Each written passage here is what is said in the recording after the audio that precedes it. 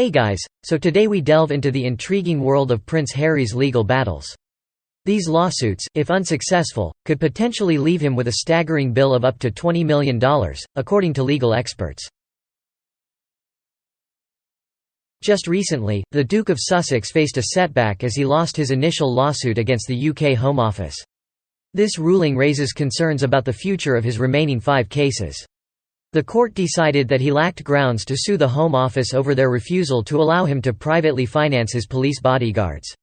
Since stepping down as a working royal, Harry has been campaigning to reinstate his Metropolitan Police security team. However, this single case is just one among a series of 6 that have been ongoing at London's Royal Courts of Justice. The implications of a potential failure in all these cases would result in an astronomical legal bill. Mark Stevens, a prominent attorney at Howard Kennedy, has shed light on the financial implications for Prince Harry. Even if he emerges victorious, he could still incur substantial costs. In the event of losing all the cases, the bill could range from $15 million to a staggering $20 million, surpassing the value of his California mansion. While the Duke's commitment to sponsoring the London legal village is commendable, there are valid concerns about the financial prudence of such an endeavour, as Stevens points out. In legal battles, even with a win, one seldom recovers 100% of the costs incurred.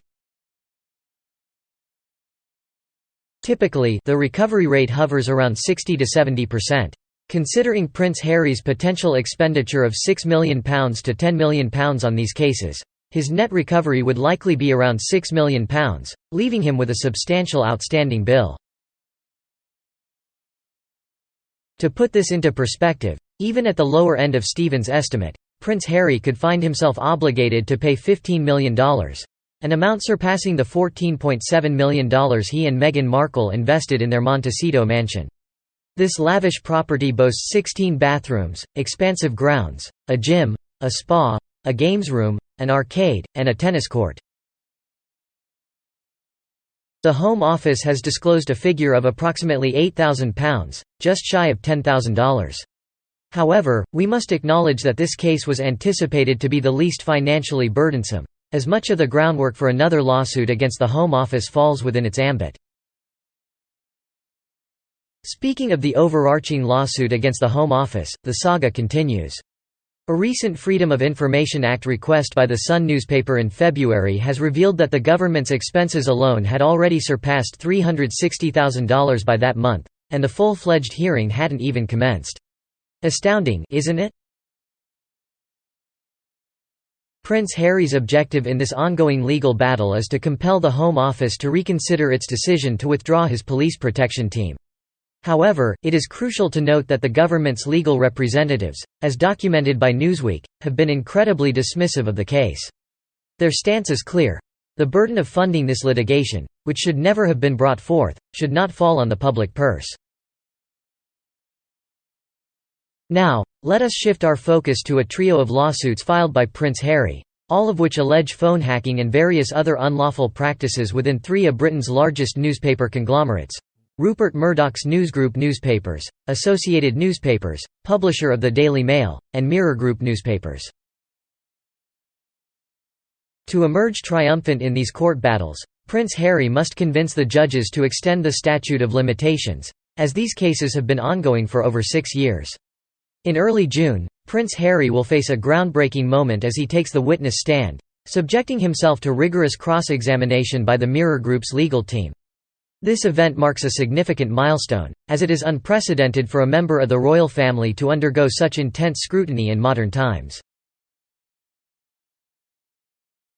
The newspaper implied that Harry had not formally presented his offer to personally cover the expenses for his own police protection to the Home Office prior to filing his lawsuit. Conversely, Harry's legal representatives argued that he had indeed made the offer to his family in January 2020.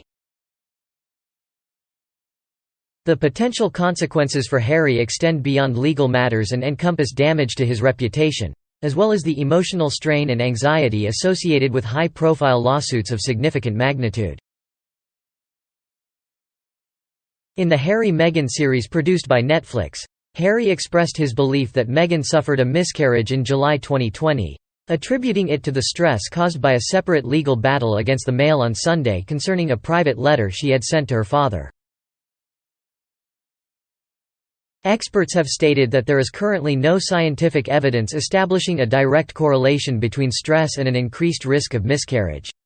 Nonetheless, if Harry's assertion holds true, it is difficult to fathom a more profound and enduring consequence than the loss of a life that could have been, especially considering Meghan's subsequent victory in the case. One cannot help but feel that even if he triumphs in court, he will endure significant financial and reputational harm due to the sheer number of lawsuits being brought against him, remarked Stevens. One of the challenges lies in not taking on more than one can handle. Meanwhile, Kristen Meinzer, a U.S. expert on royalty, expressed her hope on Newsweek's The Royal Report podcast that Harry's family would intervene and assist him with the matter of police protection, although this prospect seems unlikely at present. So far, they have been fairly successful in the lawsuits they have encountered, she stated. However, I genuinely wish that Charles or another member of the royal family would step forward. Perhaps they could resolve this issue and render the lawsuit unnecessary. But let's face it, I don't think they will. Charles is not going to defend Harry by taking a stand. An alternative funding avenue for legal expenses?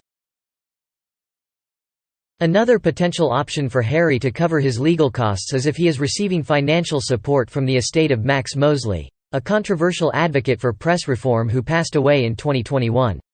However, there is currently no indication that Harry is indeed receiving such funds. It is worth noting that Harry is not the sole plaintiff in the phone hacking cases, and some of the other claimants may not possess his level of financial resources.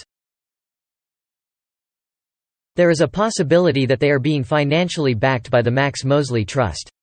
We cannot be certain, Stevens commented. The primary objective of the hacking cases against the Sun, the Mail, and the Mirror is supposed to be the pursuit of truth rather than financial compensation. Realistically, no amount of compensation that Harry could potentially receive will fully cover the incurred costs. Nevertheless, if it were to become public knowledge that Harry was accepting money from Mosley, it could attract criticism. Mosley, the son of the infamous British fascist Oswald Mosley, had affiliations with one of his father's far-right political parties, the Union Movement, during his youth. An election leaflet for a Union Movement candidate, attributed to Max Mosley, contained the statement, "Colored immigration threatens your children's health." When questioned about this during an interview with Channel 4 News in 2018, Mosley stated that he had no reason to apologize to anyone. He further clarified, "This was a statement in a leaflet that I am not even sure is authentic, and it would never reflect my viewpoint. It did not represent my perspective then or now because I would never contemplate insulting people."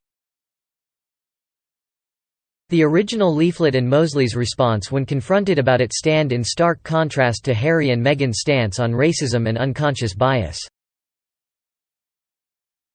Thank you so much for watching.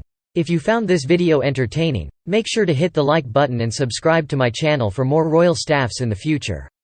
Thank you for your support, and I look forward to seeing you all at the next one.